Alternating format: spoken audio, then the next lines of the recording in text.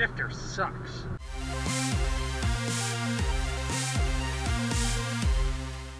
This time around, I've got a 2015 Canary Yellow Honda Fit. The competition. The enemy. The devil? Spread the blood of the innocent. So let's cut right to the chase. The Honda Fit has been a staple of the B segment ever since its inception years ago, competing with the likes of the Toyota Yaris, Ford Fiesta, and my beloved Mazda 2. This third generation, though, was the only one in the segment with a face that looked like the Autobots logo. The exterior styling is conservative, albeit unmistakably Honda.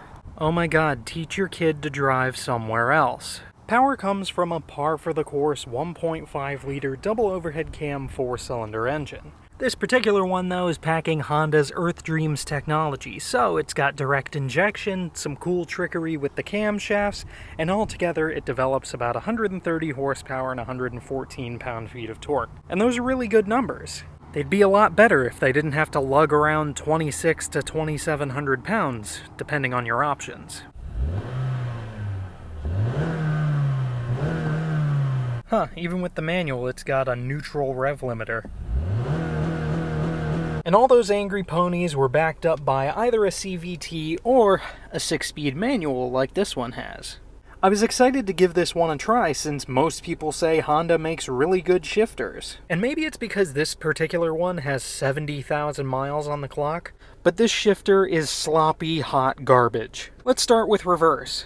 If you can find it, good luck getting it in. When I first got in the car, I could not get it into reverse, and sometimes, even though I've been driving it a little bit, I still can't get it into reverse. It's a real pain. And if you're driving hard and trying to bang out a 2-3 upshift, I guarantee you'll probably miss it, because I've missed it every single time. Shifter sucks. I have to give it to Honda, though. This car, for a lower model, I believe this is an LX, because it's got the steel wheels and everything, but pretty well optioned. It's got steering wheel audio controls, cruise control, Bluetooth connectivity for your phone. It's got this nice little fuel economy gauge up there. It's got a screen. If you can find reverse, there's your backup camera, but that's not too special because that's mandatory on cars these days. I'm sure if you got a higher model, this screen would display sat-nav and stuff. There's your call button, and you can go in, you can change the background, you can change the color scheme. This is a fun little cup holder up here because America. There's your power outlet with a USB, it's got an aux port, and for some reason an HDMI port, I don't know why. As far as the interior appointments, it's kind of nice in here. There's some soft, hard plastic up here that looks like leather but isn't. There's some fake brushed aluminum up here, but it's really just painted silver. There's some hard cloth here on the door card, and there's a bit going on, so it's not a boring looking interior. The materials just aren't like super nice. I have to say though, these seats, they're pretty comfortable and they offer a little bit of side bolstering, surprisingly. The cloth seems like it'll hold up pretty well. It's pretty tough material, albeit very dry to the touch. Yeah, this is definitely a base model, because look, here's where your push-button start would go if you would have sprung for the more expensive one. How about the back seat? Yep, another par for the B segment course. Star Wars droid headrests. It's actually pretty roomy back here. All the stuff from the front seat carries over to the back, so you're not feeling any less luxurious in the back seat. There's plenty of leg room. Like the Kia Soul that I reviewed before, there's also a pretty flat floor back here, so if you've got a center seat passenger, they're not sitting on a big uncomfortable tunnel. I do have to say, though, that this center passenger seat in the back is very uncomfortable. I did forget this cool feature about the back seat. This is in the standard position, which is already kind of reclined.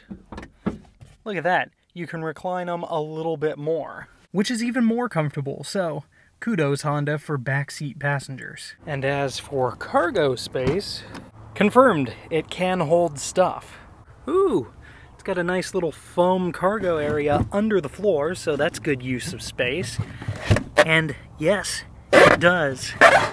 Squeaky. So yeah, despite being as inexpensive as it is, they could still fit a spare wheel. Take notes, Kia. The real question though is, can I fit in the back dead body style?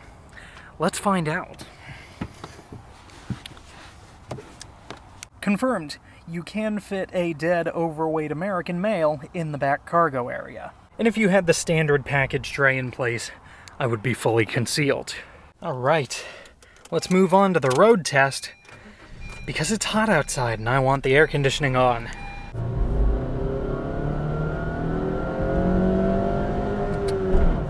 Wow, I actually got a 2-3 upshift. Despite its weight, the power is adequate and it accelerates pretty quickly.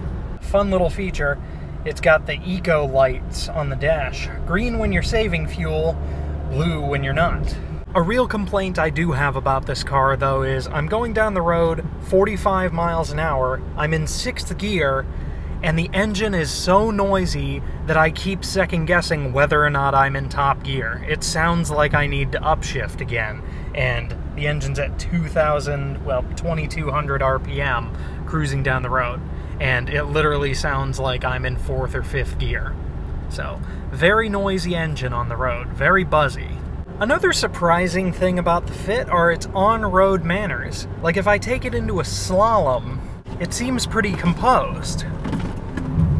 There's all that stuff in the back rattling around. It doesn't roll over too much, it feels really composed when you're slinging it around, which was very surprising to me given the curb weight.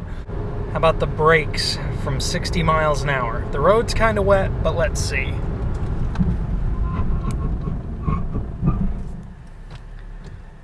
They're okay. It's one of the few reasons I'm glad that my car has a bunch of Ford parts on it, because I've got like an F-150 horn and this thing goes eek. So in the end, what impression has the 2015 Honda Fit left on me? Put simply, it's a good appliance and not a very good car.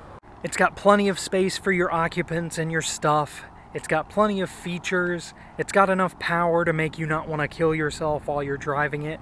And hell, it even handles pretty decent for as much as it weighs. But I still found myself not having any fun driving this car. It felt like I was driving around in a scaled-down manual minivan. And that's not good. So if you need an above-average quality mass-consumer box to take you safely to and from work every day, then this is my recommendation. And get it with the CVT. Don't bother with the manual because this is as sporty as a refrigerator. Alright folks, that's it for me this time. I hope you've enjoyed it. Thank you all so much for watching and subscribing, and I'll see you guys in the next one. Huh. I guess I should have done all the action cam head mount shots after I shot this.